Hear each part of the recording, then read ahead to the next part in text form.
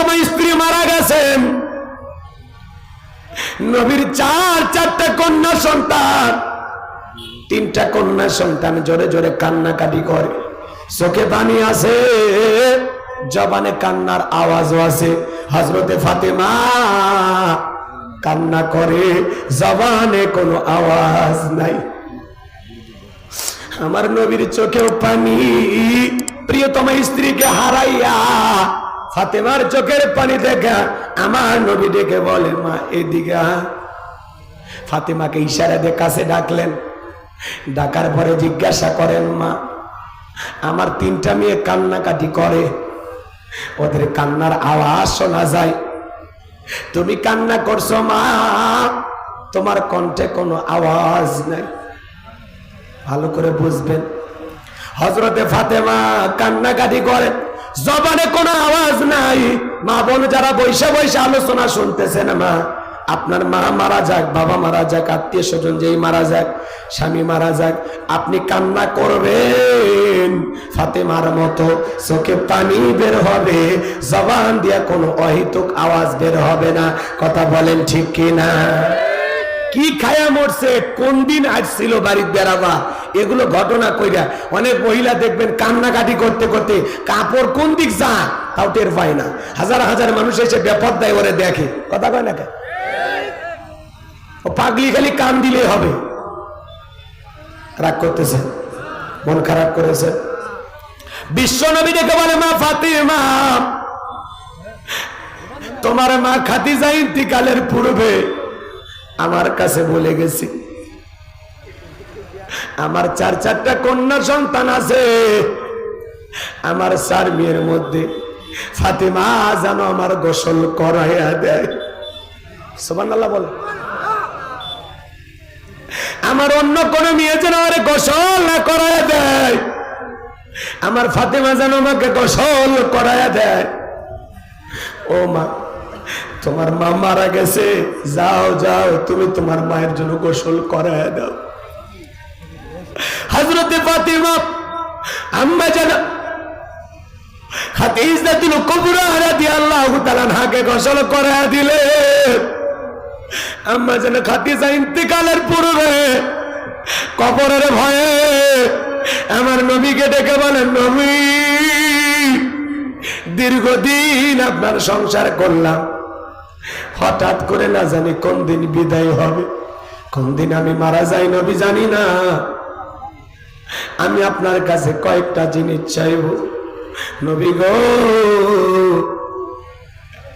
আমার ইন্তিকালের পরে 1 নাম্বার আপনার একটা জুব্বা আছে নবী গো, ও নবী এই জুব্বাটা দিয়া আমার কাপড়ের কাপড় বানায়া দেবেন। ও নবী 2 নাম্বার দাবি, আপনি নিজে জানাজার ইমামতি করবেন, আমার কবর একটু গড়াগড়ি দিবেন।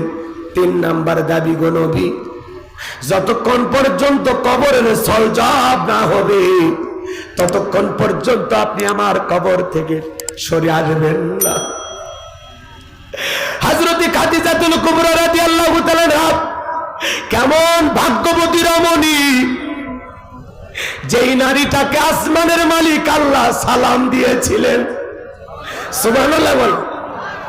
সে আম্মা জান খাদিজা কবরে যাওয়ার সময় বড় ভয় করে। মা বোন যারা আলোচনা শুনতেছেন, মা একটু মনোযোগ দিয়া শোনেন যে কথা বলতে চাচ্ছিলাম। আম্মা জান খাদিজার ইন্তিকাল হয়ে গেল, নবীজির কাছে যা যা চেয়েছিলেন আমার নবী ডেকে বলে, মা ফাতিমা আমার এই জুব্বাটা তোমার মাকে গোসল করায়া দাও, দাও পড়াইয়া দাও। হযরতে ফাতেমা আম্মা জান খাদিজাতুল কুবরা রাদিয়াল্লাহু তাআলা আনহার গোসল করাইয়া দিলেন। নবীজির জুব্বা শরীরে কাপনের কাপড় বানায়া পরাইয়া দিলেন। আমার নবীজি নিজে জানাজার ইমামতি করলেন, কবরের ভিতরে ঘোরাঘুরি করলেন। লাশটা কবরে রাখার পর আম্মা জান খাদিজাতুল কুবরাকে কবরে রাখার পর কবরে মাটি দেওয়া হলো। সাহাবা ইকরাম একে একে চলে যায়, ডেকে বলে নবী আপনি কি যাবেন না? আমার নবী ডেকে বলে যাও যাও তোমরা চলে যাও, আমি আমার খাদিজার কাছে ওয়াদা দিয়েছি যতক্ষণ পর্যন্ত কবরের সলজব না হবে ততক্ষণ পর্যন্ত আমি কবর থেকে সরতে পারবো না। আমার ভাইয়েরা, আমার নবী আম্মা জান খাদিজাকে বড় ভালোবাসতেন, আম্মা জান খাদিজাও রাসূলকে বড় ভালোবাসতেন। কোনদিন নবীকে না খাওয়াইয়া নিজে খাবার খাইতেন না, বলেন সুবহানাল্লাহ। রাসূলকে খাবার না খাওয়াইয়া আম্মা জান খাদিজা কখনো খাবার খান নাই, সুবহানাল্লাহ। এমন বউ কি এখন পাওয়া যায়? এমন আদর্শের নারী কি এখন আছে? একটু মনোযোগ দিয়ে শোনেন আমার ভাইয়েরা, আসমান থেকে ফেরেশতা আসে না, অনেকটা সময় অতিবাহিত হয়ে যায়। জিবরাইল এসে বলে নবী আপনি কেন দাঁড়িয়ে আছেন? আমার নবী ডেকে বলে জিবরাইল আমি আমার খাদিজার কাছে ওয়াদা দিয়েছি কবরের সলজব না হওয়া পর্যন্ত আমি এখান থেকে যাব না।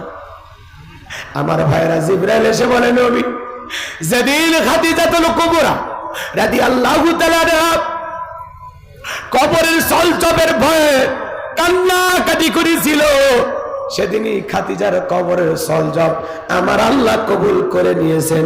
আমার আল্লাহ আমাকে জানিয়ে দিয়েছেন হযরতে খাদিজার কবরে আসমান থেকে কোনো ফেরেশতা আসবে না কবরের সলজব নেওয়ার জন্য।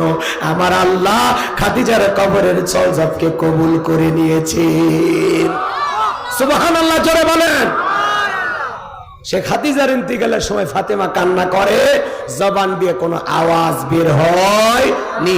মা বোন যারা বসে আলোচনা শুনতেছেন, মা কেউ যদি মারা যায় খবরদার বিলাপ করে কান্নাকাটি করবেন না। আল্লাহ মা বোনদের হেদায়েত দান করে, জোরে বলেন আমিন। এইবার শয়তান ডেকে বলে আল্লাহ অনেক কিছু পরীক্ষা করে দেখলাম, তোমার আইব তো তোমার জিকির ছাড়ে না, দেহটা ভালো আছে তো এই জন্য আপনার জিকির করে, অসুস্থ হইলে আপনাকে ভুলে যাবে। আমার আল্লাহ ডেকে বলে ইবলিস শয়তান, আমার আয়ুব অসুস্থ হলে আমাকে ভুলে যাবে না। বলে আল্লাহ তাহলে পরীক্ষা নেওয়ার জন্য একটু অসুস্থ হওয়ার সুযোগ করে দেন। ভালো করে বোঝেন। আমার আল্লাহ বলে যা সুযোগ দিলাম। এইবার আল্লাহর পয়গাম্বর আইয়ুব আলাইহিস সালামের দেহের ভিতরে ঘা দেখা দিল, ঘা, পুরোটা শরীর অসুস্থ, এক নয় দুই নয় 18 বছর আল্লাহর পয়গাম্বর অসুস্থ। সুবহানাল্লাহ বলবেন না? কত বছর? তারপরে প্রিয়তমা স্ত্রী রহিমা তার খেদমতে নিয়োজিত, স্বামীকে ফেলায় যায় না। এখন তো আপনি আমি যদি 6 মাস অসুস্থ থাকি, 1 বছর অসুস্থ থাকি, বইয়ের যে মেজাজ, কথা কন না কে? কোন স্বামী যদি 6 মাস 1 বছর অসুস্থ থাকে কি মেজাজ দেখায়, দেখেন না? ওই ঔষধটা খাও, খায় একটু উদ্ধার করো, মরণের রোগ হয়েছে, মরেও না, আছে না নাই? ঔষধও খাওয়ায় আবার মরণের দোয়া করে, এরকম আছে না না? আরে ভাই 18 বছর তো দূরের কথা, এখন যদি আপনি আমি